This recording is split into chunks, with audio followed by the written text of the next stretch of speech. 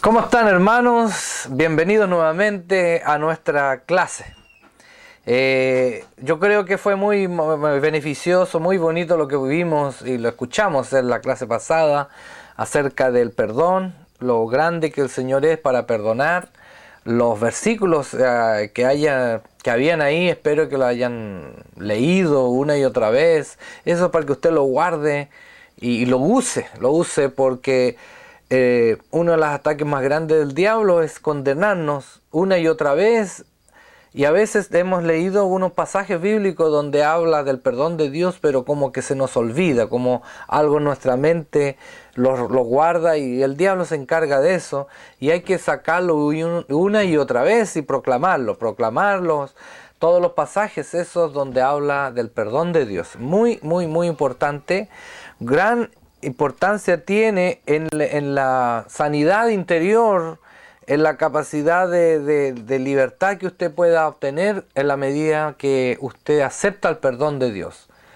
En muchas cosas, no solo en el área de nuestra clase de integridad sexual, sino en muchas otras áreas, esto aplica igual. Cosas que hayamos hecho malas del pasado, aún sabiendo que usted ahora es cristiano, pero todavía le remuerde ciertas cosas que hizo cuando no era cristiano. Entonces le viene como ese ataque del diablo y usted lo rechaza en el nombre del Señor con esos versículos bíblicos. Esa es la manera como trabaja. Y una y otra vez hasta que el diablo se cansa de molestarlo, porque sabe que usted está usando la espada de doble filo.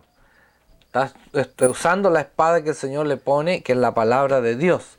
Entonces esa hojita es muy importante, hermanos, muy importante para su vida, su ministerio, todo lo que usted necesite hacer. Hay algunos consejos más que quiero dar, material, estoy tomando los más apropiados o los más prácticos o lo que considero que puede ser de más relevancia para usted. Hay otro comentario muy bueno que aparece aquí en los textos, habla del propósito del matrimonio. El propósito en el matrimonio, hermanos, la idea es que usted se dé al otro. Siempre ha sido así. La idea es que usted se dé al otro. La esposa se dé al marido, el marido se dé a la esposa. El matrimonio no es para que el marido necesita a alguien para que le cocine y le tenga las cosas bien hechas en la casa cuando usted vuelve del trabajo. Así está bien que alguien se encargue de esa área porque por el horario, todas esas cosas, pero el matrimonio nunca ha sido un estado de servilismo, un estado en que hay un señor y alguien que le sirve. A veces como que nos confundimos un poco aún con la palabra. Yo sé que en algunos países de Latinoamérica la mujer, la esposa le dice señor al marido.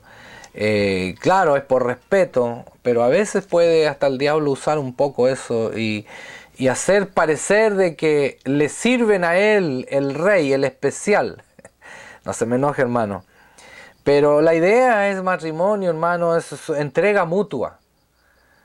Aunque sí la mujer adquiere un rol, pudiera verse más humilde, o porque está a cargo de ciertos detalles que el hombre a veces no tiene tiempo, no digo yo que no quiera, no tiene tiempo de hacer debido al trabajo o a ciertas circunstancias. La vida poco a poco va cambiando, hermanos. Cada vez más el hombre está aprendiendo de que tiene que compartir la carga con su esposa. Tenemos problemas de machismo muy grandes nosotros los latinos, hermanos. No solo en su país, en todos los países de Latinoamérica, en mi país hay mucho machismo. A veces creemos que es bíblico el machismo, hermano, y no es así. Solo que encontramos ciertas referencias en la Biblia con respecto a la posición del marido, pero eso no significa, como la misma palabra dice, que nos podemos enseñorear de nuestra esposa. Es una situación de mutua ayuda, donde la mujer con mucho deseo, placer, sirve al marido, pero en un estado de amor, de entrega, no porque ese es su papel, y el hombre ser servido, ese es el papel de él. No es así, hermano. Creo que cada uno debe servirse al otro. Debemos parar el abuso, hermano, honestamente debemos pararlo. Esto a veces se transforma en abuso. A veces la esposa corre como loca durante el día, atendiendo a los niños, preparando la comida, haciendo las cosas en la casa, corriendo para allá y para acá, y cuando llega el marido no para y sigue atendiéndolo. Ella no tiene horario, pero él sí ya salió de su trabajo y se va a sentar a descansar. El descanso está bien para toda persona que trabaja, si trabaja duro, pero a veces hay que echarle una manito a la esposa porque ella no tiene descanso. Hay que darse cuenta de eso, hermano. La esposa no tiene descanso y muchas veces se agota, se cansa y ya no, a veces no tiene ganas de nada, ni siquiera poder ser romántica con el esposo porque lo único que quiere es descansar. Por eso tenemos que aprender, el Señor nos tiene que abrir los sentidos, hermanos, y entender que la esposa necesita atención. La esposa está al cuidado suyo, usted tiene que cuidar de ella, el marido tiene esa responsabilidad de cuidar y velar por ella. Si usted ve que su esposa se está quebrando en salud, en muchas cosas, usted no puede seguir cargando la mano en exigencias, porque usted es responsable de ella ante Dios. Entonces tiene que cuidar esas cosas, tiene que velar por eso. El marido lo único que quiere es, lo mejor para la esposa es como la relación que hace Dios con la iglesia, Jesucristo la iglesia. Exactamente esa relación y se aplica. Entonces el plan de Dios, el plan es justamente que yo me dé a la otra persona. La esposa por amor se da a su marido y le trata de servir en el sentido contexto del amor, y el marido se complace en eso y también él la cuida, él de vez en cuando también la tiene que servir, se da la circunstancia, lo tiene que hacer. Es mutuo, hermano, es mutuo. Los hijos se crían de entre los dos. Antiguamente se decía que la mujer nomás criaba a los niños y usted no se metía con ellos. No es así. E incluso la cultura misma judía, si usted lee un poco de costumbre judía, a pesar de que ponía a la mujer muy alto, en una situación muy especial con respecto a las demás culturas, igual eran bastante duros con la mujer, era como aparte, todo era aparte para la mujer, como que no tenía el mismo valor que el hombre. Pero el Señor en su palabra dice que no hay judío ni griego, no esclavo ni libre, no hombre ni mujer, en el sentido de que somos todos aceptos ante Dios. Tenemos aceptación con Dios, y si hay una situación de matrimonio, claro, es una dinámica que se produce entre el esposo y la esposa, una ayuda mutua. Obviamente Dios se lo ha puesto a usted, hermano, como cabeza, y eso significa también atención a su esposa. No significa que usted es el rey y hace lo que quiere, como dice la canción, con dinero, sin dinero. Entonces es algo que hay que tener cuidado. Uno tiene que ceder muchas veces, darse a la otra persona por un cuidado. A veces la esposa te enferma y usted tiene que va a tener que arreglar, echar adelante todo.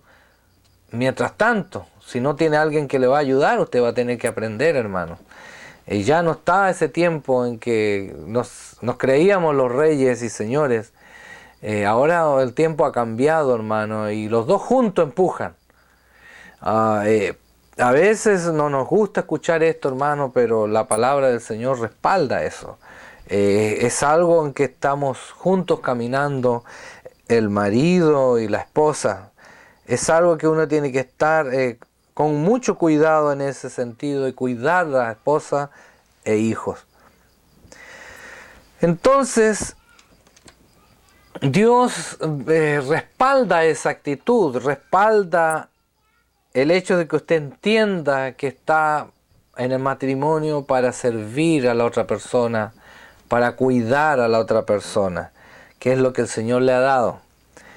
Y con eso tiene que haber afecto, comunicación y todas esas cosas que usted escucha y que antes no le hacía caso, pero ahora se está dando cuenta que es importante, muy, muy, muy importante.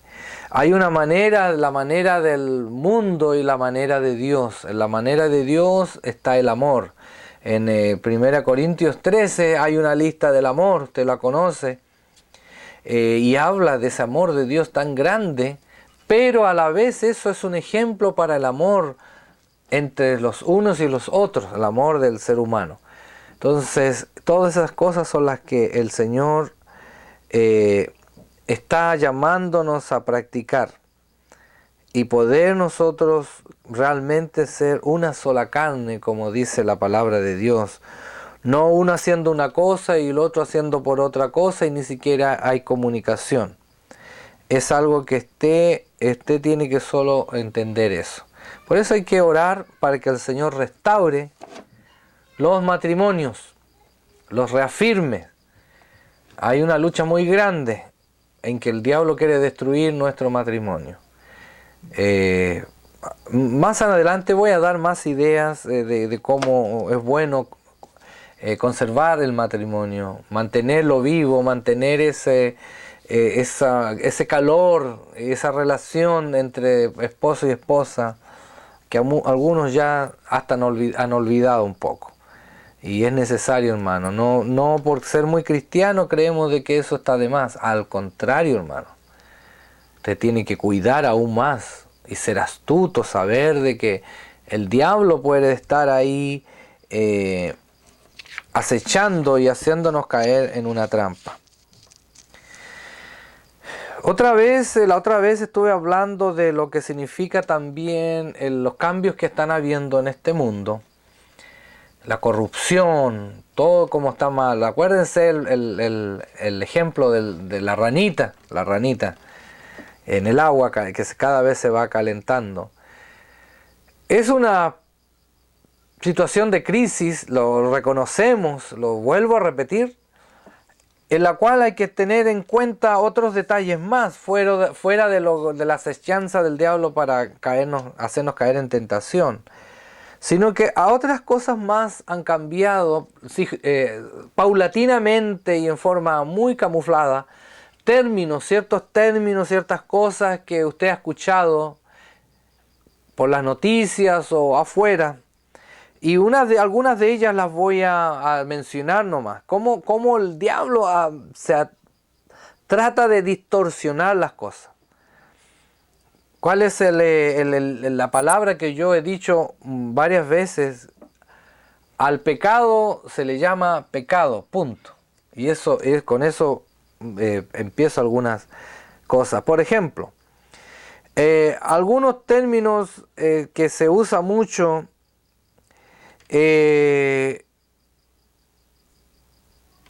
Por ejemplo, aquí lo puedo ver, cuando hablan de escoger o la libertad de escoger y que somos libres para hacer lo que queramos, eso es una mentira. No somos libres.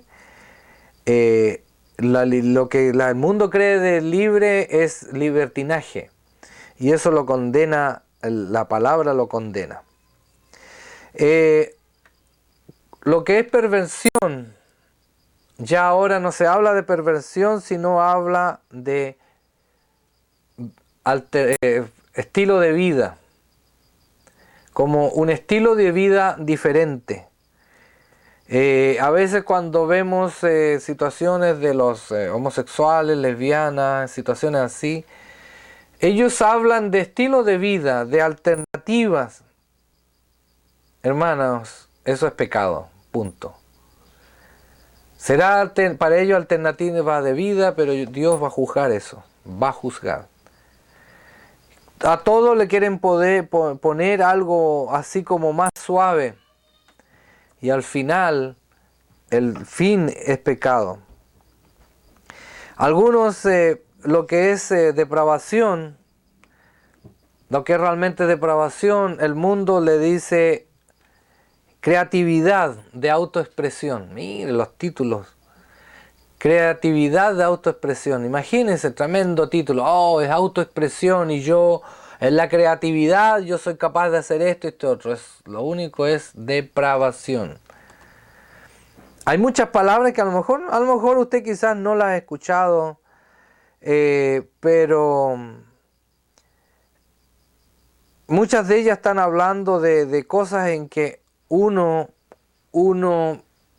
se camufla, el diablo camufla o distorsiona la verdad y le pone algo suave. ¿Por qué? Porque en esa verdad está revelado el pecado. Una de las frases que se usa mucho, libertad de escoger. Libertad de escoger. ¿Qué es eso? Al final, lo único que es otra forma de depravación. Cuando se trata del aborto, exactamente lo mismo quieren decir, el derecho de escoger. El aborto es un asesinato y punto, no hay derecho ahí. Es un pecado, vil pecado. Es realmente muchos términos que antes se decía, ahora lo han querido cambiar para no ofenderlos. Y ellos mismos han pretendido cambiar incluso el concepto de familia. Y hermanos, por toda la vida, de principio a fin, en la humanidad, el matrimonio está compuesto de hombre y mujer y punto. No hay más. No hay alternativa para eso. Estamos de acuerdo con eso. Y es algo que Dios va a juzgar. Muchos quieren cambiar eso. Dios creó a Adán y Eva y no Adán y Pepe, como decía alguien. Es algo vergonzoso como la sociedad nos ha querido imponer muchas cosas. Aquí en Estados Unidos, en algunos estados está habiendo mucho problema porque están siendo perseguidos muchos pastores porque se rehúsan a hacer ceremonias entre gays o homosexuales. Yo digo que tiene que seguir luchándose, poniendo la verdad, no porque seamos perseguidos por eso, hermanos, vamos a ceder de ninguna manera. Por eso hay que mantenerse firme, hermanos, cuidando de lo que tiene que ser de Dios y lo que no es de Dios, demandarlo, denunciarlo. Pudiéramos a lo mejor caer en mala fama, y eso ha ocurrido. Pero lo siento, hermanos, Dios nos ha llamado a levantar la voz y decir lo que está mal ante Dios y nada ha cambiado. Hay cosas que no cambian y son el pecado. El pecado ha sido el mismo de siempre y tenemos que estar conscientes de eso. Gracias a Dios que muchas iglesias nuestras ya están advertidas y no puede haber cosas malas tan graves como esta que le estoy mencionando de relaciones de homosexuales, pero lamentablemente en sí algunas iglesias, menos mal que son pocas, liberales, aceptan esto. Yo se lo digo yo con mucha tristeza y vergüenza. Hay iglesias que todavía, ahora están fomentando esto. Aquí sobre todo en California, ustedes saben, California es muy especial porque es más liberal en muchas cosas, pero son iglesias en las cuales yo creo que usted ni siquiera va a intentar visitar, aún sin saber de qué ocurre este tipo de situaciones, donde aceptan estos tipos de relaciones. Gracias a Dios, nuestras iglesias se mantienen con fuego, y hay que mantener el fuego del Espíritu Santo, porque mientras esté el poder, la presencia del Espíritu Santo, va a haber discernimiento para poder entender lo que es malo y definirlo como malo. Aquí no hay pensamiento humano en que yo digo, ok, ahora pienso que esto no está, ahora está bien, antes era mal, ahora está bien, y empiezo a cambiar usando argumentos así muy especiales, y al final es lo que estoy haciendo, distorsionando la palabra de Dios. Hay que mantenerse orando firme, hermanos, para poder contender contra las chanzas del diablo. Y entender de que lo que hacemos es a la manera de Dios, como Dios quiere, el camino de Dios, como Dios quiere que sus hijos caminen, los matrimonios, las parejas de novios, los niños, las familias. Hay algo que el mundo quiere, siempre ha querido, hermano, libertad absoluta. Siempre ha querido esa libertad absoluta. Y la busca desesperadamente y lucha para tener esas libertades, que en el fondo es libertad para hacer su pecado desenfrenado. Dios es un Dios de orden y un Dios de libertad. Eso es algo que tenemos que entender. Dios nos da libertad, ¿sí o no? Pero libertad en Él, libertad del pecado, libertad de esclavitud, libertad de situaciones horribles. Dios da esa libertad, hermanos, la verdadera libertad. Y es un Dios de orden. Dios dice, y eso es lo bueno, por eso es que no estamos desamparados, hermanos, no estamos solos. Dios dice lo que es bueno y lo que es malo, y usted lo sigue. Siempre ha sido así, de un principio, cuando dio la ley, dijo, ok, aquí está el camino bueno, aquí está el camino malo. Pueblo de Israel, elige. Si eliges el camino malo, te va a ir mal. Si eliges el camino bueno, te va a ir muy bien, va a haber bendición. Dios sigue mostrando eso. De alguna forma queremos nosotros libertad. Todo el mundo habla de libertad. Ciertas cosas son correctas. Cuando hay alguna opresión o algún abuso, obviamente se necesita la libertad de esa situación. Nuestros países se liberaron de los que estaban oprimiendo y fuimos países libres. Eso está bien, son cosas importantes que la sociedad lo acepta, pero va aún más todavía, porque el mundo quiere no solo eso, que está bien, quiere más libertad, o sea, como para hacer las locuras que se les dé en mente. Es como los hijos.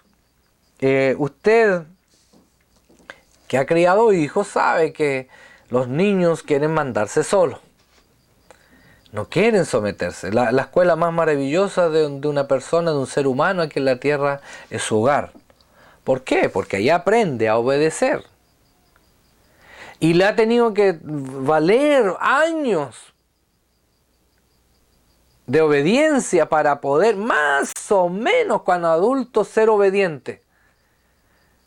Y se fija usted, hay uno mismo, usted se acuerda de usted mismo, cómo la rebeldía le salía cuando el papá le decía que había que hacer algo. Y no siempre usted lo hacía de buena gana. Porque en nuestra naturaleza, el querer esa libertad, dice, ¿cuándo me voy a ir de esta casa y yo voy a tener que mandarme solo? Ya me tiene aburrido. Así decíamos nosotros. Me acuerdo que una vez era pequeño yo y mi mamá me regañó por algo. Y yo dije, ya estoy aburrido que me regañe. Yo no sé qué edad, no me atrevo a decir qué edad tengo. O sea, qué edad tenía. La edad que tengo, sí, puedo decirlo. Pero la próxima clase. El asunto que en una de esas me dio una rabia, se me paró la pluma. Yo también tengo sangre india. Y dije, me voy de la casa. Ya me aburrí que me manden, me voy de la casa. Y salí. Vi que no había nada en la puerta, salgo por la puerta, empiezo a caminar. Y cada vez que caminaba me sentía que yo estaba siendo libre, libre. Una cuadra, otra cuadra, más bloque, y más me iba. Y ya empezó a oscurecerse un poco. Ay, dije yo estoy caminando y no sé para dónde voy, pero estoy libre, entre comillas.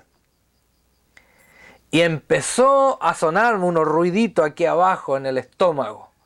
Y empezó... Usted sabe lo que pasa en el estómago ahí cuando falta comida. Y empezó a darme hambre, cada vez más hambre. Y de un momento me paré, no aguanté más. Dije, esto es mucho. Tengo demasiada hambre. ¿Qué crees que hice? El niño rebelde se da cuenta que tiene hambre, da media vuelta y vuelve a la casa arrepentido. Y esa fue mi aventura. Mi aventura se acabó cuando me llegó el hambre. Cuando vino el hambre a mi vida, yo me acordé que tenía papá y mamá, que allá había comida, que ellos me querían, etcétera, etcétera. Como dice ese dicho, vuelve el perro arrepentido, ¿no es cierto?, con el rabo entre las piernas. Así llegué yo. Era chavo. Y no sé, nunca me olvidé de lo que hice, porque para mí fue algo muy grande. Yo estaba teniendo la independencia de mi vida. Quería libertad nomás, quería que nadie me mandara, no quería someterme. Pero a la primera necesidad yo vuelvo a la casa y ahí con cara de perdón, porque los niños no necesitan a veces decir que piden perdón, solo ponen una cara así de circunstancia que decimos nosotros en mi país. Entonces la verdadera libertad se encuentra en Dios, es el que nos da la verdadera libertad. Y la libertad nos da cuando nos sometemos a Él. Parece contradictorio, pero es así. Es cuando nosotros nos sometemos a su señorío, a su orden. Dios nos da ese privilegio de tener la libertad especial, una libertad que en el mundo no la tiene. El mundo lo único que quiere, hermano, es hacer la de las suyas, quiere vivir una vida diferente, ya lo sabemos. Voy a leer algunos pasajes que revela un poco eso. Voy a leer Mateo 7:21.